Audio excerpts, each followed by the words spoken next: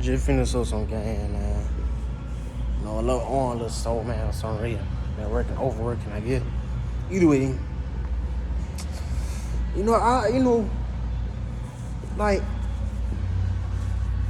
I was finna make a video about Georgia wide receivers.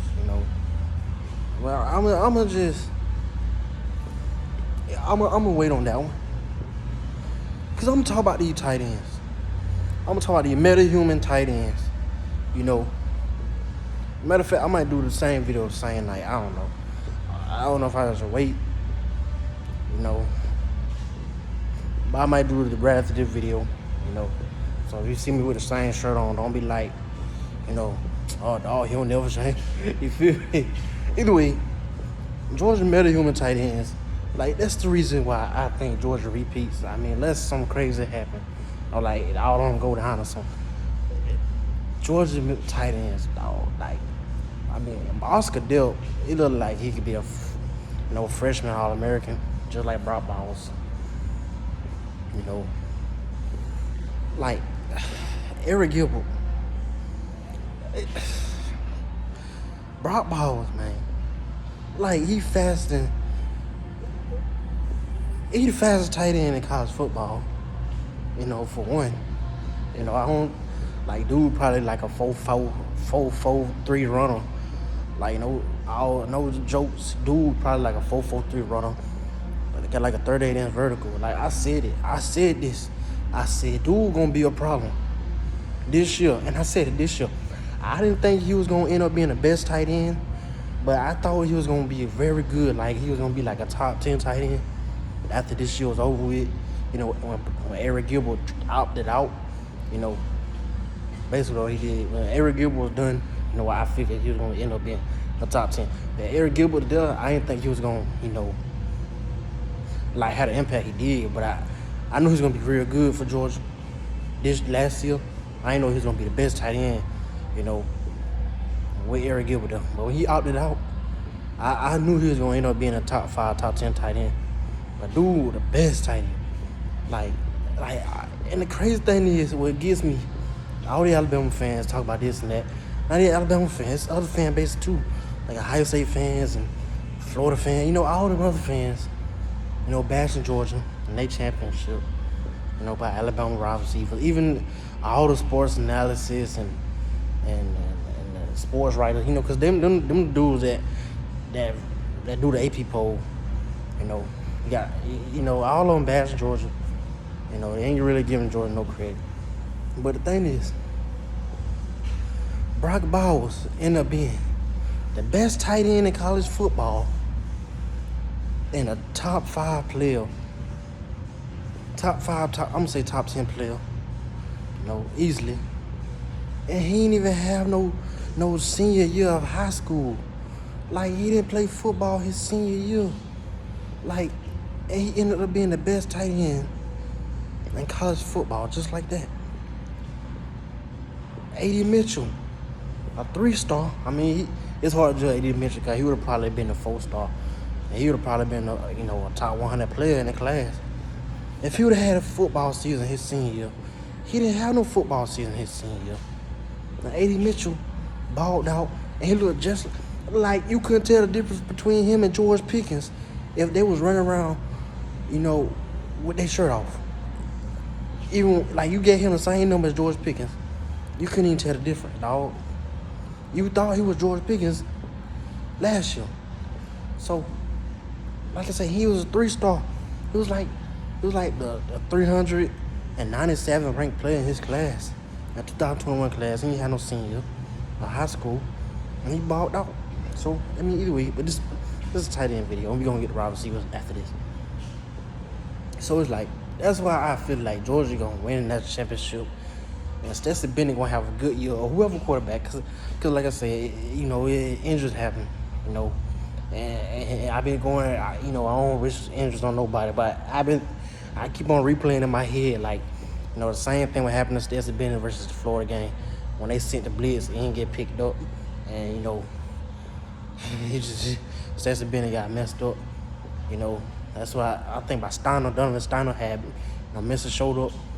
That was how I think. Like, Noah Sewell or Justin Flo gonna come on a blitz and like, you know, I don't know, but either way, I ain't, you know, I don't wish they disappoint nobody, you know, no player, and definitely the Georgia players, you know. Either way, we gonna be ready. Whoever gonna be quarterback gonna be ready, and that's another thing. Like I feel like we gonna win it, cause like Alabama and Ohio State is quarterback heavily. Like they offenses rely on the quarterback. You notice the past few years, like they offense has been heavily quarterback friendly. Like definitely Ohio State, you know, and they can't afford no, you know, they go like Georgia QB, sometimes they just like they might throw like 11 passes in a game, you know, and Georgia still win by 30, you know, versus Ohio State and Alabama. Like they quarterbacks throw about 30 passes a game at least, you know. That's just how it is. But, you know, but either way, it's about tight ends, man. The meta-human tight ends. So it's like you got Brock Bowers, the best tight end in college football. Then you got Eric Gilbert, who should be, like, if he stay healthy and get things right, you know, and get better and get in shape, which is, you know, I've been hearing good things about him in practice. You know, dude been a problem at practice, you know. He's been breaking tackles left and right, you know, making good catches. So that's a good sign that, you know, he's happy at Georgia, you know, and he see the NFL right in front of him. He see the millions of dollars in front of him, and he see the NIL deals in front of him. Cause if he ball out this year, he gonna get an NIL deal. You know, I think he already got some NIL deals, but not a team, but you know, they ain't gonna really give him no major NIL deals, cause you know, like I say, dude just took a whole year of football, you know, and we don't know why. Well, I don't know why, you know. So, and that's the thing about NFL teams, like that might hurt him, you know. Dude might be a top 10 pick talent, you know, but with him taking a year off, the team might, you know, he might get picked in the second round. He could have easily been top 10, because they look at it like, man, like dog, like we ain't trying to pay you millions of dollars, and then if they know you take a year off because, you know, your puppy died or something, your puppy got hit by a car, and then you take a year off of football, you know, that's how it is. So hopefully NFL teams look past that. Like, he just be so good this year, and, you know, in his interviews and all that, like, he convince them that he's, you know, locked in on football, because dude gonna be a problem. Like, if dude stay healthy, he gonna be a problem. Like, that's really the only thing that's stopping Georgia is interest. Like, Aaron Smith was finna have a breakout year, you know. People, say what you want, dude was gonna be a problem. Say what you want. Aaron Smith gonna be a breakout. Some people talking about, he was like 5th string routes. Dude was gonna be a problem. I mean, come on, dude averaged 31 yards a catch. Come on, he's the biggest playmaker we got, you know, for a deep threat. So I don't want to hear nothing about that. Either way, we got Eric Gilbert, who very well could be a first round pick. Then you got Darnell Washington, like who been getting a lot of hype, you know, a lot of hype, and that's the only thing about Darnell Washington. He just got to stay healthy. Like, you know, like last year he had to deal with a foot, missed like 7 games, you know, 6-7 games, you know, came back, you know, was a little slow behind. Brock Bowers already had a name for himself by then, so, you know, either way, so he got overshadowed. But now I've been hearing in camp, you know, that scrimmage, like NFL scouts just been loving him, you know, and it's like, dog, like, you know, and Darnell Washington, this thing, like, he always been good at Georgia, like blocking no problem, you know, probably the best block on the team, you know, he a tight end, so, you know, but dude, the best block on the team as a tight end, so he got that shit. I mean, off that could get him in the second round right there. You know, second, third round at least. You know, second round, early third round. You know, with the NFL schemes, you know, a team like the Titans or something, I love that. You know, a team like the Steelers, love that. Him and Pat Freiermuth. Oh my goodness. You feel me? That's what I'm looking at. Like George Pickens, Pat Freiermuth. You feel me? Team like the Ravens. You know them physical teams that just love to run the ball and just like to run the ball and you can't stop it. That's what I'm telling y'all. Like that's Darnell Washington gonna be, if he stay healthy, second round pick, at least. So maybe a first round pick. Even who knows? Like maybe a team look at his blocking, and that's the thing. Like I said, his blocking alone can get him in the first round. Dude's he gonna be a problem at blocking, and he only gonna get better. So it's like you got him, and like I said, he been doing good in camp. The scrimmage, like he been making big plays, big catches, breaking tackles left from. I'm telling you. So how can you stop that? Like you can't stop. You can stop 3 tight ends, but you can't stop 3 metahuman tight ends. You feel me? Like you can't stop 3 metahuman tight ends, dog. Like only how you can if they just drop the pass. No, I'm saying like I ain't saying like on one play or something or a possession. I'm talking about for 4 quarters. Only how if it's the quarterback having an off day, or they just drop, they having an off day. Like they just, they banged up, and like they ain't quick as they, they ain't moving like they should, or they just dropping pass. Cause 4 quarters you can't. And I'm telling you, like as a player, you don't like you don't want to keep on tackling a 240-pound dude, man. 250, like Brock Bowers 235, 240. You see what he did at Alabama when he broke like 3-4 tackles on the SEC championship game and scored a touchdown. And like one of them was, I think was who it was. One of them dudes, that was Fedarian Mathis. I think Fedarian Mathis, he trucked him and he broke like 3-4 tackles. You feel me? So it's like, that's due to the problem. Then you got Eric Gilbert, who we seen like, who somehow players just bounce off him. Like dudes have blind side hits on him and they just bounce off.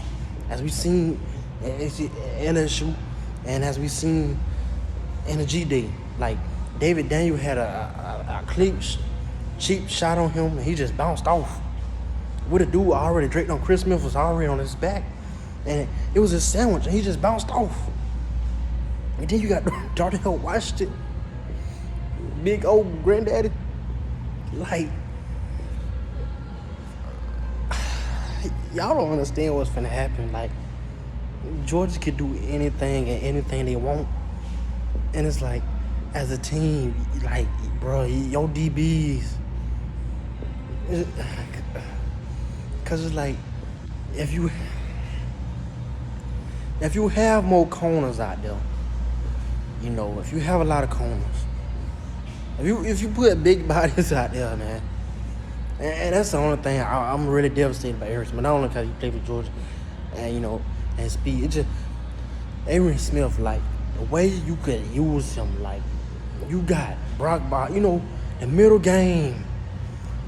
Cause if they play you close, you got Brock Bowers, a speed burner, Eric Gilbert, Darnell Washington mismatch. You got Arian Smith over the top. Like, think about this, man. What you could do. Like, you just get tired of them, like, getting 5, 6, 7, 8 yards. And as soon as you creep up, you got Arian Smith going 40 yards on your head. Just blowing right past you. Like, man, that's tough for Arian Smith. But, like, think about, like, how can you stop this? 3 tight ends and possibly 4 with Oscar Delp. And they gonna stay fresh because Georgia's gonna have 2 tight ends sets 90% of the time. Like Eric Gilbert, Brock Bowers, Darnell Washington, or Oscar Delp gonna be in the game. 2 of them gonna be in the game. It just a matter of who. So it's like, how do you stop that, man? Because what Brock Bowers can do. Eric Gilbert, his potential. He's still the highest rated tight end all time. And of course, Darnell Washington, like, great blocker, big target. It's hard to tackle. And that's what I'm saying. Like, if you put linebackers and safeties, you lack coverage. Definitely linebackers. I mean, if you got high receivers like Brian Branch and all them, then okay. It just matter if they just, cover, and deflect the pass. But if you put cornerbacks, smaller cornerbacks, 6'1", 6 foot, 190 cornerbacks on the field, 185 pound cornerbacks, they're just gonna bounce off. And eventually, they gonna get tired of tackling 240 pound dudes for 4 quarters. And not including the running game. The running backs, man. You got the running game. You got, Kenny McIntosh, in the passing game too. You got to do like Kenny Milton. Going to the second, third level against your safeties, softening them up in your corner pass. And you could put Dejon Ellis in. Then Branson Robinson, softening up your defense too. Andrew Paul, he a big dude too. Dude look just like Branson Robinson. And orange-wise, at least orange-wise, I ain't gonna say lower body, but that's a lot of weight. Kendall Milton, Branson Robinson, Andrew Paul, all 230. So you got them softening up the with your run game, 3, 4, 5 yards of carry. With the passing game, Brock Bowers, Darnell Washington, and Eric Gilbert, 5, 6 yards a catch, 7 yards a catch. It's like, how, as a team, can you prepare for that physicalness? And you gotta make the tackle. Like, you don't make the tackle, you got Eric Gilbert running 30 yards down the field for a touchdown. Brock Bowers running 30 yards down the field. Darnell Slow Granddaddy running 30 yards down the field because they on the island. And you got to make the tackle. Like, your linebacker's going to be too slow.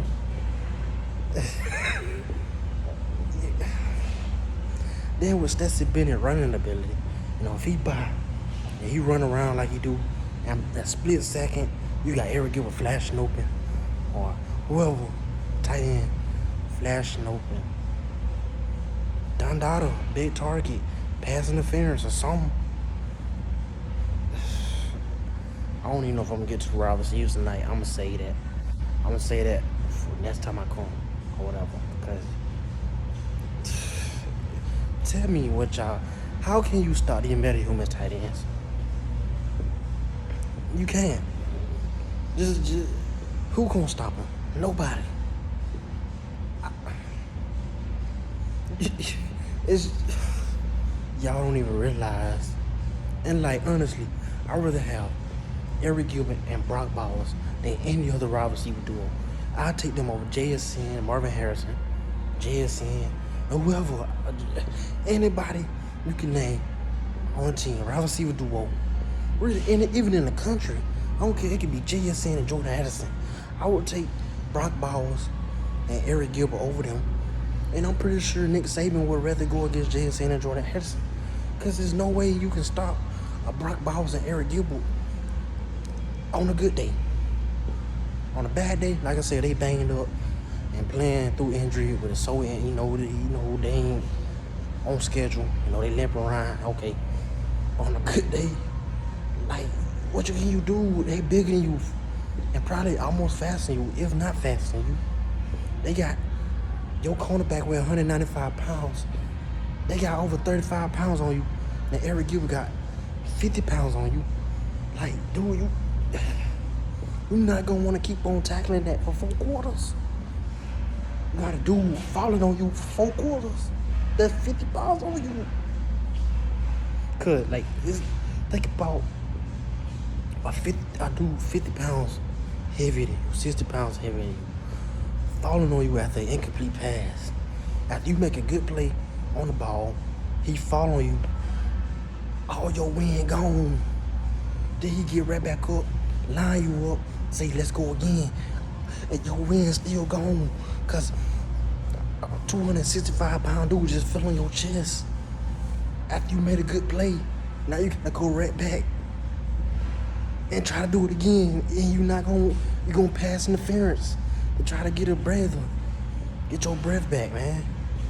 Like, y'all don't understand how good Georgia gonna be. I'm out, man.